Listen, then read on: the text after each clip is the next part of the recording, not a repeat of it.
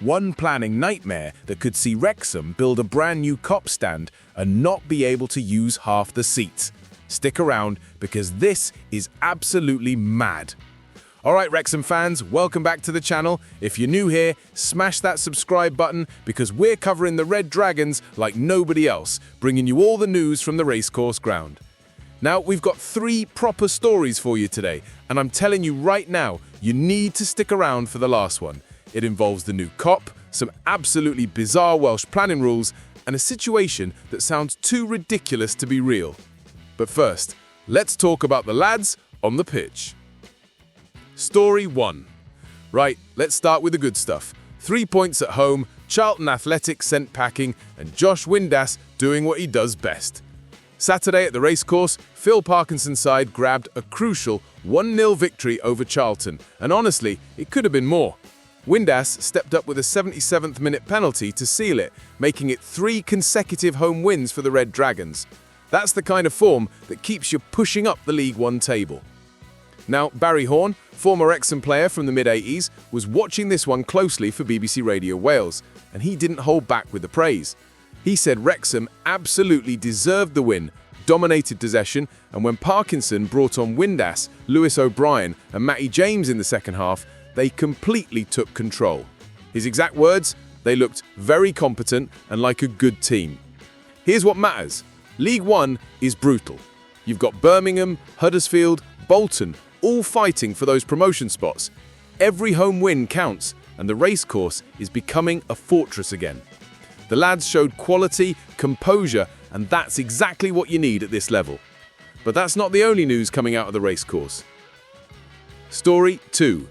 Now this one's a bit of a blow. Liberato Cacace, our left-back who joined from Empoli in the summer, has pulled out of New Zealand duty with a calf problem. Parkinson confirmed after the Charlton match that Cacace picked up the injury during last week's game against Portsmouth. The good news? The gaffer doesn't think it's too serious, but it's enough to keep him out of the All-Whites' upcoming friendlies against Colombia and Ecuador. Here's the frustrating part. Cacace has only managed 7 appearances since arriving on a 3-year deal. He's been plagued with injuries from day one. Missed a chunk of games with a thigh problem after that championship opener against Southampton, then was out for over 6 weeks after the Millwall win in late August. The lad's got quality, we've seen that, but he just can't stay fit.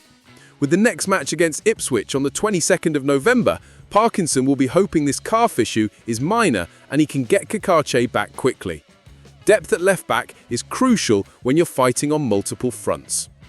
Now, those were big stories, but what I'm about to tell you next could completely reshape how we experience the racecourse for years to come. This is massive, and honestly, it's a bit bizarre. Right, here we go, the big one. And I promise you, this sounds like something out of a comedy sketch, but it is very real, and it could have serious consequences for the new KOP stand. So, works on the new KOP are pressing ahead, yeah? The club's been updating us regularly. They've sorted out the land deals with part of it purchased from the university and advanced talks ongoing for the Welsh Government-owned section. The grant funding agreement is finalised, Welsh Government money flowing through Wrexham Council to help fund this development.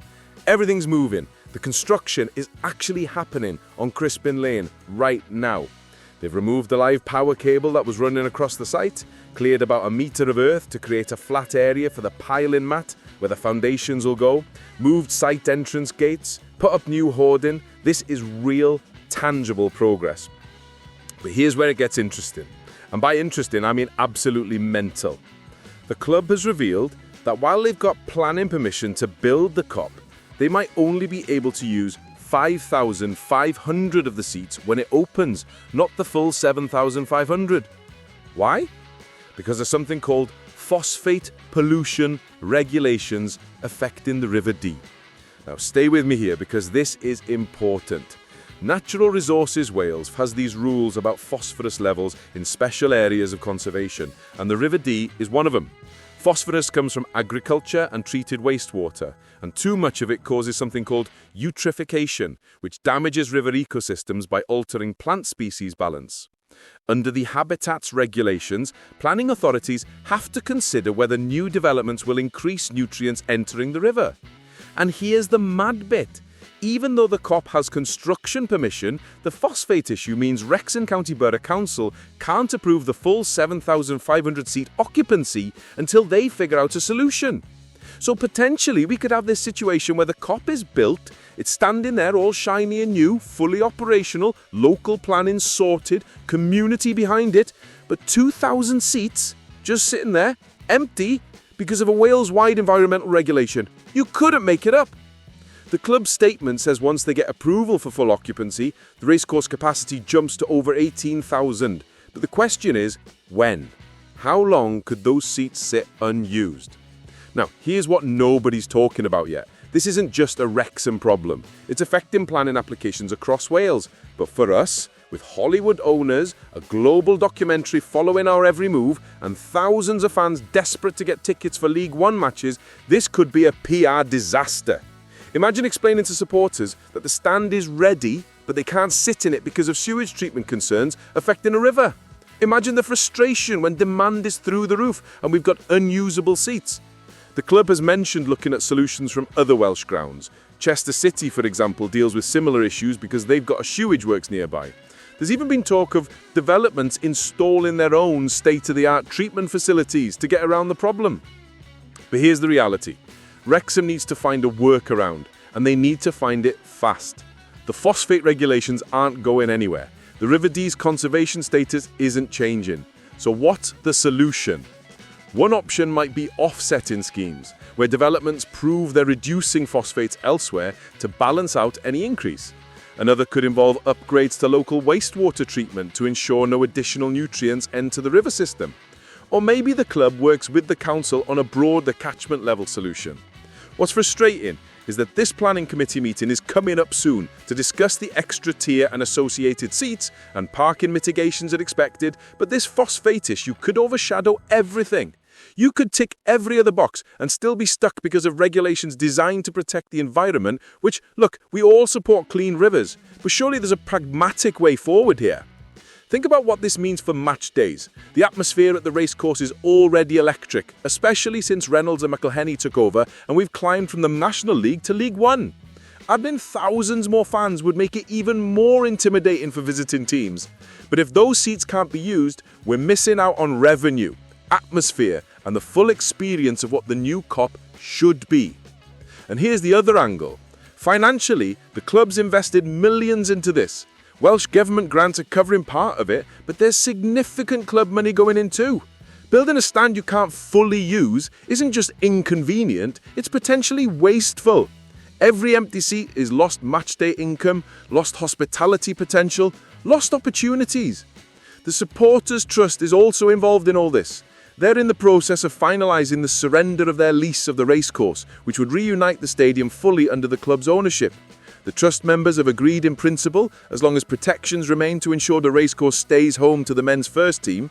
The clubs thanked them for their patience, and honestly, this is another piece of the puzzle falling into place, assuming the phosphate nightmare doesn't derail everything. So where does this leave us? Construction continues, the physical work is happening, and that's brilliant. But the legal and environmental red tape could mean we're celebrating a new stand while simultaneously being told we can't use it to its full potential. It's the kind of bureaucratic mess that sounds like something from a sitcom, except it's happening to our club. Right, let's recap. Wrexham showed quality, beating Charlton 1-0 at home, keeping that promotion push alive. Kakache is out with a calf injury, which is frustrating, but hopefully not serious. And the big one, the new KOP is being built, but phosphate regulations could mean 2,000 seats sit empty until planning can be sorted. Here's what I think happens next. The club, council and Welsh Government will have to find a creative solution because the alternative, building a stand you can't use, is unacceptable. This is Wrexham, a club that's defied expectations at every turn since Reynolds and McElhenney arrived. We'll figure it out. Let me know what you think in the comments. Are you confident this gets resolved, or are you worried we're heading for a planning disaster? Hit that like button, subscribe if you haven't already, and I'll see you in the next one. Come on, you Reds!